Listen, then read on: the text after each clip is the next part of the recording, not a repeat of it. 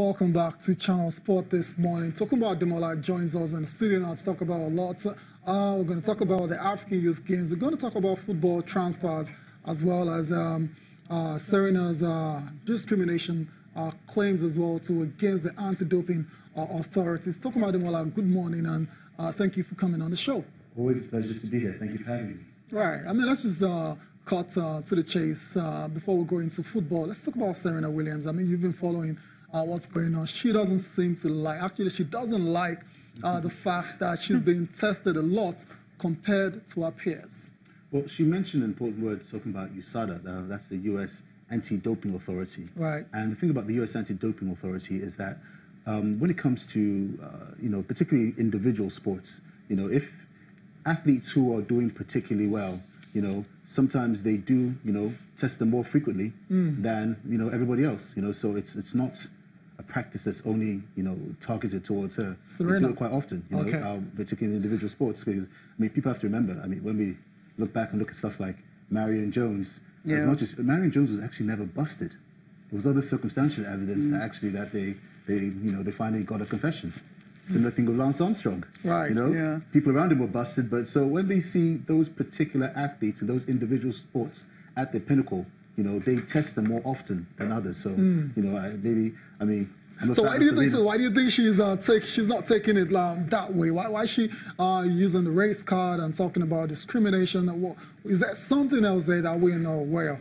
I brought in Lance Armstrong there, so I don't think it's a race card. I just guess when an athlete at her age, is performing so well for so long, maybe there's some suspicions there. But it's part of it. It's part of keeping the sport clean. She said, that they should test everybody, equally. She's being tested. However, when it comes to USADA, if they suspect, an athlete that's at the top, they may test them more often than others. So that's just part of the game, unfortunately. Unfortunately. Okay, yeah, So no discrimination there. Yeah. We're all fans of You don't see discrimination there, right? No. You think she's playing the victim card here? You're Serena, so you're at the top, so they're going to come after you. As long as they don't do it in a manner that they're harassing you, as long as just people just coming and doing their job, then just let it happen. And okay, so we'll leave that for now. I imagine we haven't heard the last of the situation. Definitely. Maybe next time when it's happening again, random testing. All right. Let's talk a bit of football now. Actually, a lot of football. A lot. Unfortunately, you tried your best, Cecilia. You voted for Ahmed Musa multiple times, and I didn't. Come on, Tayo. You voted for Ahmed Musa. Can the joke stop? Yeah. I voted for Ahmed Musa to make sure all the people have to. Yes, just once. Right, but unfortunately, Ahmed Musa didn't win the goal of the tournament. That's the Russia 2018 World Cup. I like the person who won. Right. Yes, and then my other one was Quaresma's goal. Okay. So interesting. Yes, but did you vote? Did I vote? No, I didn't. Okay, see, and Tayo voted for. I know who Tayo voted for. I'm happy the person. Oh dear, fantastic strikes all round. And it looks like Ademola is having a change of heart right now. No, just looking at Musa's goal again, and just the controlling and the striking of it. It's wow. Actually, yeah. Maybe that should have been. They should have picked that, right? It's very close. It's beautiful goal. Beautiful goal. Fantastic. Is this what you were saying ever? I was thinking. Yeah, the World Cup. Yeah. I was thinking just growing up, one of those iconic goals that one always remembers is that Carlos Alberto goal in 1970, the right back goal. Right. And then when I see it similarly, like you look at Pavard, the right back coming in and kicking a beautiful shot, which his is even better than that one. Yeah, so interesting. Actually, I was talking about the World Cup being one of the best World Cups ever. Yeah, that's right. Yes. A few people have said that. Very enjoyable World Cup. Very, very. I mean, the surprises and all that, and just having one goalless game, right? Denmark and France. That was the only one. That one. Interesting. Wow. Interesting. Okay. Well, I'll leave the word coming. Memories will still be coming, right? Of course, it will definitely be coming. Let's move over to the African Youth Games taking place in Algiers, in Algeria. Right now, you have Team Nigeria actually having a field day. When I mean a field day, they're having the best of it. I mean, when it comes to the medals table, right now, athletics is having 3 gold medals. But then before we talk about it, just talk about some of the results from the semi-finals. That's football. We have the under-15 team, the Future Eagles, winning, and of course, they are in the final time. Right, so Nigeria took on Algeria in their semi-final clash there. and it was a very, very good win for them. He ended 2-0 in favor of the not the Super Eagles, the future Super Eagles. Let me rephrase that one. In the second semi-final, it was Morocco taking on Cameroon. I ended 3-2 in favor of Morocco. So that means the final on Friday will be between Nigeria and Morocco. It's good to see these young stars, going all the way to Algeria, and they're about to defend the gold they won last time out. Well, definitely, it's good in terms of the future progression of our national team, making sure that our youth team of the right age, right, very important, of the right age, correct, are getting those good tournaments, that good exposure, so they can be the future champions. So it's very positive. Very positive to see that. It's not negative to pick out of this one.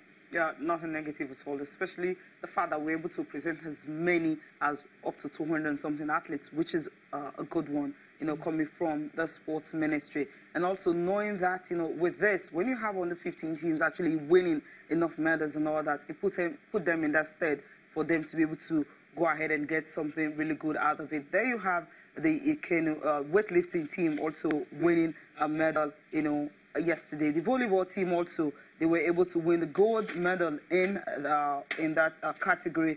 Basketball also, for the male and the female, they won silver and bronze medal each in that one. So looking at these stars and looking at how bright the future will be, knowing that if this core of these athletes are kept together, that there's actually a chance at Tokyo 2020. I mean, you don't have to say they're too young, you're building for the future, and all that. You can have 2 or 3 from here, and they can actually compete and get something out, especially when they have the right environment, the right training, and the right, money will definitely have to come in, finance and all that.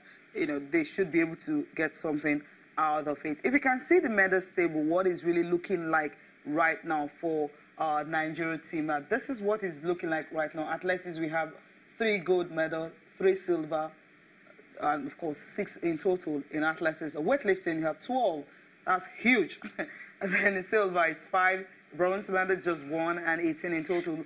You have badminton also. Badminton, 2 gold medals, good 1, silver 2, and bronze 7. And canoeing and kayaking, the one that took place just yesterday, you have 2 gold medals, 2 silver, and in total it's 4. Then judo, of course, silver and bronze, in total is 5.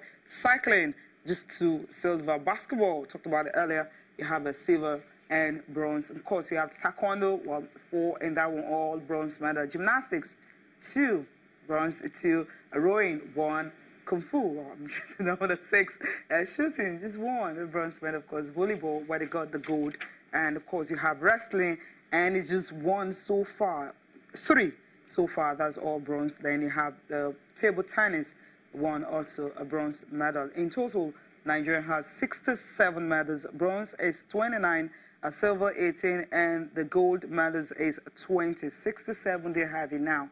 Possibility of them actually surpassing this at the end of the day is very, very possible, knowing that they're still in most of the game. Of course, football in the final on Friday, that's the one everyone is looking forward to. Exactly. Talking about looking forward to people, a couple of names to look forward to tomorrow for Nigeria's future Eagles. Adeleke Toby scored a penalty in that win over Algeria, while another player to watch out for is John Mark Shesha. He also scored a goal for Nigeria in that victory against Algeria. So, yeah. So that's looking good. Looking really good. Yeah. Looking really good, and hopefully when this crop of athletes can actually be kept together, good training, and of course we know the sky will be the limits for most of them.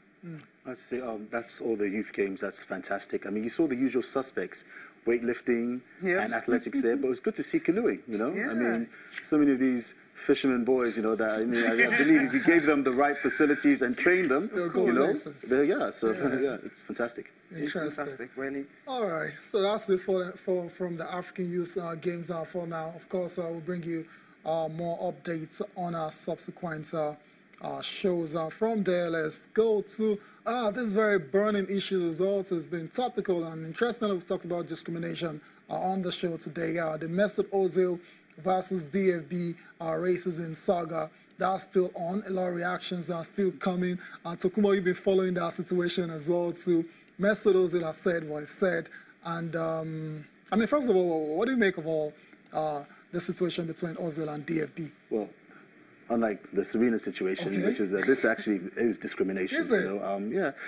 He has gotten so many threats and negative comments from the German media and from people, and I think that what he's saying in terms of the DFB should be more protective over somebody who, he served his country from under 17 level, under 21 level, senior level, 3 World Cups, at 29 years old, and one of the major integral parts of that team, they should come out more in his defense against what is going on.